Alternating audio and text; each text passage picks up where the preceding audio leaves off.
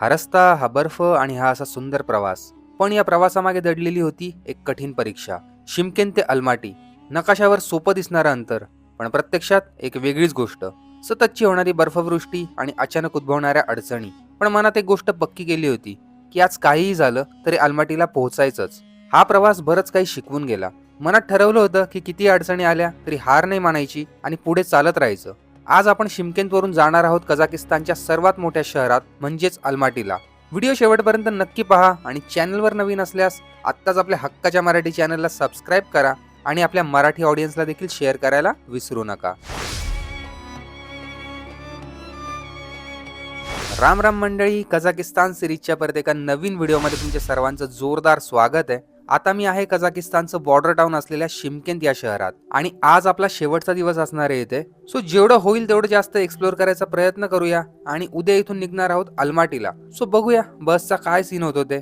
तर यार रेडी होऊन निघालोय आता बस स्टँड कडे. पण हे बघा ना, बाहेर कसला स्नोफॉल होतोय ते. चला जावं तर लागणारच आहे, बघू काय होतं ते. यार खतरनाक स्नोफॉल होतोय. एवढं जॅकेट घातलंय तरी बेकार थंडी वाजते. बहुत ज़्यादा स्नो है भाई यहाँ पे।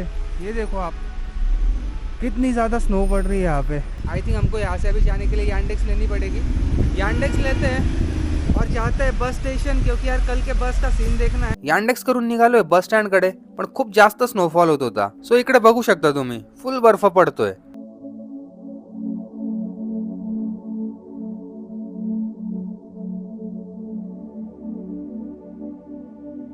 गाडीत एवढी थंडी जाणवत नाहीये, पण बाहेर ब्लॅक आईस असल्यामुळे बर्फात चालताना थोडा प्रॉब्लेम होतोय.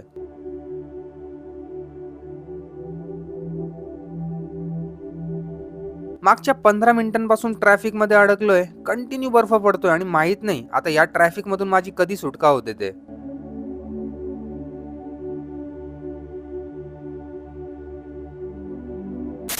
फायनली 35 मिनिटांच्या प्रवासानंतर मी पोहोचलोय शिमकेनच्या मध्यवर्ती बस स्थानकात. सध्या बर्फवृष्टी थांबलीये. असा काही हा बस स्थानक जवळचा परिसर आहे. तिकीट काउंटरवरती आलोय. रोज संध्याकाळी 7:30 वाजता इथून बस निघते अलमाटीसाठी. मित्रांनो, उद्याच्या बसचं रिझर्वेशन झालंय आणि उद्या संध्याकाळी इथून आपण निघणार आहोत अलमाटीला. आणि या बसच्या तिकिटासाठी मी पे केलेत जवळपास 7,000 टेंगे, जे आपल्या भारतीय रुपयांमध्ये होतात अप्रॉक्स 1300 रुपये. चला, एक काम तर झालंय. आता थोडं पोटा पाण्याचं बघू काय सीन होतो ते. थंडीची यार बेकार भूक लागलीये. बघू एखादं रेस्टॉरंट शोधू आणि खाऊ काहीतरी. हे असं इथलं शिमकेनचं मध्यवर्ती बस स्थानक आहे. सगळीकडे चिखल आणि बर्फ पडलाय. आई थिंक यहाँ पे एक रेस्टोरेंट दिख रहा है मुझे। जाके देखते हैं, पूछते हैं वहाँ पे क्या खाने को मिलता है अपने को। तो भाई बस स्टेशन से निकल के चल रहा हो अभी खाने की खोज में। पता नहीं यहाँ पे मुझे चिकन कहाँ पे मिलेगा। बरीच शोधाशोध केल्यावरती एका ठिकाणी आलोय. हे एक पर्सनल किचन आहे. बाहेर यार स्नोफॉल होत होता आणि इथे काही छोटे रेस्टॉरंट्स तर होते, पण तिथे मला आहे ना चिकन भेटत नव्हतं. सो शोधत शोधत मी इथपर्यंत आलो. तो भाई यार बड़ी मशक्कत के बाद मुझे यहाँ पे चिकन मिला है। ये मैं आपको दिखाता हूँ। ये चिकन, ये कुछ सलाद है, ये ब्रेड है, ये सॉस है और टी, चाय चाय और ये चाय दी है भाई उन्होंने। यार ढूंढने में काफ़ी मशक्कत हुई, लेकिन फाइनली यार मैंने ढूंढ लिया। ये किचन टाइप है एक्चुअली, लेकिन फाइनली मुझे चिकन मिल गया। खाना खाता हूँ पहले फटाफट से, देन उसके बाद आपसे बात करता हूँ। यार जेवण एक नंबर होतं. मीन्स मागच्या 20 दिवसांनंतर मी इतकं जबरदस्त चिकन खाल्लंय. वाह, मजा झाली राव. आणि यू गाईज डोंट बिलीव्ह, मी जिथे जेवण केलं ते कोणाचं तरी घर होतं आणि मी त्यांच्या किचन मध्ये बसून खात होतो. 2 वयस्कर महिला होत्या आणि खूप जास्त काइंड होत्या. त्यांनी मला चिकन दिलं, ब्रेड दिला, सॉस दिला, गरम गरम चहा दिला. मी जाताना त्यांना विचारलं की किती पैसे झाले, तर चक्क त्यांनी पैसे घ्यायला नकार दिला. मीन्स यार काय बोलू आता. मी माझ्याकडील 500 टेंगेची एक नोट बळजबरी त्यांच्या हातात दिली आणि त्यांचा निरोप घेतला. आजचं हवामान काही ठीक दिसत नाहीये. सकाळपासून असंच ढगाळ वातावरण आहे आणि हा पा कसा बर्फ साचला या गाडीवरती.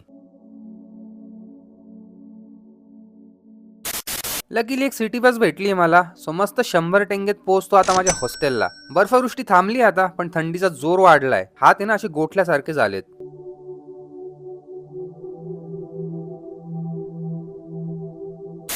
मी पोहोचलोय माझ्या हॉस्टेल जवळ आणि सध्या उभा आहे शिमकेनच्या फेमस अशा अर्बत स्ट्रीटवर. संध्याकाळच्या वेळी बरीच लगबग असते या स्ट्रीटवर, पण सध्या स्नोफॉलमुळे सगळीकडे चिखल झालाय. बाजूलाच असा हा मोठासा पार्क आहे आणि एका लाईन मध्ये मोठी मोठी झाडं आहेत. आणि हे इथे एक आहे ना ताजमहाल कॅफे नावाचं इंडियन रेस्टॉरंट पण आहे. सो जर कधी तुम्ही शिमकेंतला आलात तर या स्ट्रीट वरती नक्की या, कारण हा एक मेन स्पॉट आहे इथला.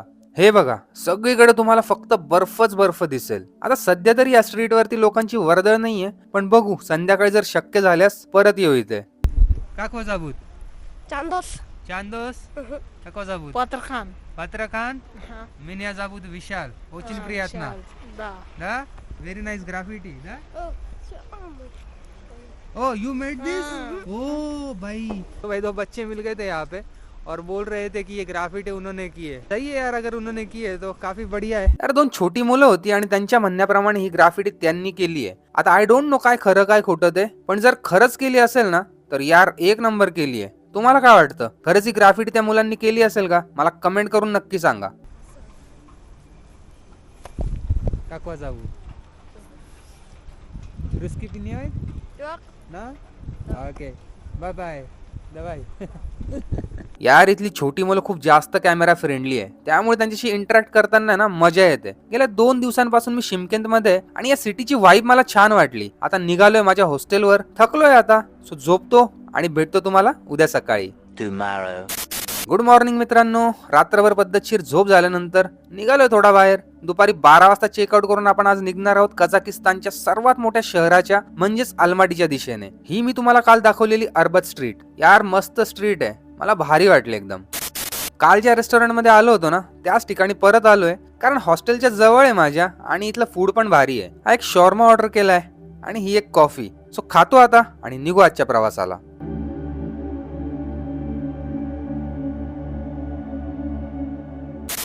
खाऊन पिऊन झालंय आणि आता निघालोय माझ्या हॉस्टेलकडे. पण यार एक लफडा झालाय. मला आता बस स्थानकातून कॉल आला आणि त्यांनी सांगितलं की आजची अल्माटीला जाणारी बस कॅन्सल झालीय. आज संध्याकाळी 7 वाजताची बस होती. काल मी स्वतः जाऊन रिझर्वेशन देखील केलं होतं. आता परत त्या बस स्टँड वरती जाऊन पैसे परत घ्यावे लागतील आणि दुसरा काहीतरी अल्टरनेटिव्ह ऑप्शन शोधावा लागेल अल्माटीला जाण्यासाठी. बघू काय होतं ते. मित्रांनो फायनली हॉस्टेलमधून चेकआउट केलंय आता आणि मी माझ्या यांडेक्स मध्ये. हा असा काही बाहेरचा सीन आहे आणि आज जरा आहे ना मस्त ऊन पडलंय.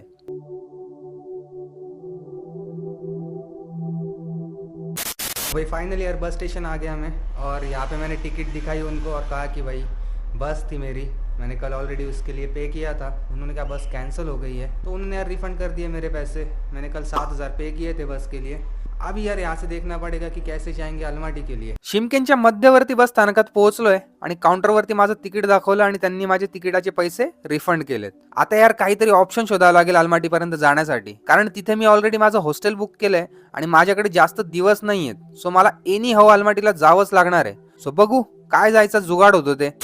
मित्रांनो बस तर नाही भेटली आपल्याला. सो थोडा रिसर्च करत होतो. इथून काही ट्रेन्स पण जातात अल्माटीला, पण इथल्या काही लोकल लोकांकडून थोडी माहिती घेतल्यावरती असं लक्षात आलं की ट्रेनचं तिकीट कन्फर्म भेटेलच याची काही गॅरंटी नाही आणि इथून रेल्वे स्टेशन पण थोडं लांब आहे. सो माझ्याकडे आता लास्ट ऑप्शन होता तो टॅक्सीचा. सो हे इथलं टॅक्सी स्टँड आहे आणि टॅक्सीवाल्याला विचारलं की भाऊ किती घेशील अल्माटीला जायचे, तर भाऊ म्हणाला 12,000 टेंगे. मग थोडं निगोशिएट केलं आणि भाऊ 10,000 मध्ये तयार झाला. मित्रांनो तसं पाहायला गेलं ना तर शिमकेन पासून अल्माटी काही जवळ नाहीये. तब्बल 690 किलोमीटर अंतर असणार आहे आणि अशा खतरनाक वेदर मध्ये मला तिथपर्यंत पोहोचायचं आहे. सो बघू प्रवास कसा होतो ते. मित्रांनो सुमारे 300 किलोमीटरचा पल्ला पार केलाय. गाडीत गॅस भरण्यासाठी इथे एका ठिकाणी थांबलोय. आता वाजलेत संध्याकाळचे 5:30 आणि बघा ना यार लँडस्केप कसला सुंदर दिसतोय. वाव लय भारी. भाई लगभग 300 किलोमीटर का सफ़र तय किया है हमने और एक जगह पे रुके यहाँ पे गैस भराने के लिए. ये हमारी गाड़ी. भाई ये देखो यहाँ का नज़ारा. हर जगह पे अगर आप देखोगे ना तो पूरा बर्फ ही बर्फ आपको दिखेगा. और यार मेरे पीछे आप देख सकते हो पूरी पहाड़ियाँ ही पहाड़ियाँ है. अजूनही आपल्याला अल्माटीला पोहोचायला जवळपास 4.5 ते 5 तास लागणार आहेत, पण प्रवास मस्त चालू आहे कारण इथले रस्ते एक नंबर आहेत आणि आपली गाडी पण लक्झरी आहे. सो प्रवास ॲज सच जाणवत नाहीये.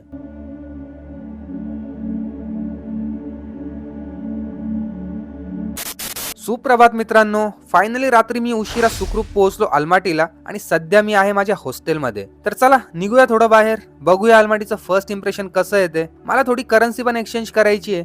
सो बघू एक्सचेंजचा काय सीन आहे इथे. हे पहा किती बर्फ जमलाय इथे. जवळपास 500 मीटर चालत आलो असेल आणि हे पहा हे रेल्वे स्टेशन आहे अल्माटीचं आणि यार बऱ्यापैकी थंडी जाणवते आज. आजचं टेम्परेचर आहे -3 डिग्री सेल्सिअस. अल्माटीमध्ये सफरचंदाचं उत्पादन मोठ्या प्रमाणात होतं, त्यामुळे अल्माटीला सफरचंदाचं शहर देखील म्हटलं जातं.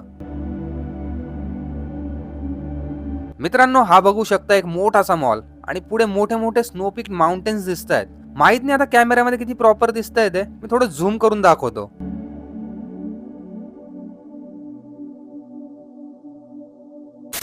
फायनली करन्सी एक्सचेंज केली आहे आणि $100 बदल्यात मला मिळाले 44,800 टेंगे, जे भारतीय रुपयांमध्ये होतात 8,288 रुपये. कझाकिस्तानमध्ये अशा हिरव्या रंगाच्या सिटी बसेस चालतात. आय थिंक आता नाशिकमध्ये पण अशाच बसेस आहेत. आता आठवत नाही नाशिकमध्ये असताना किती वर्षापूर्वी शेवटचं बसमध्ये बसलो होतो, पण रस्त्यांवरती अशाच काहीशा बसेस दिसतात. नाशिककरांनो कमेंट करून सांगा, नाशिकमध्ये सध्या अशाच काही बसेस चालतात का? चला जाऊ, इथे एक मॉल आहे, सो काही खायच्या वस्तू घ्यायच्यात मला.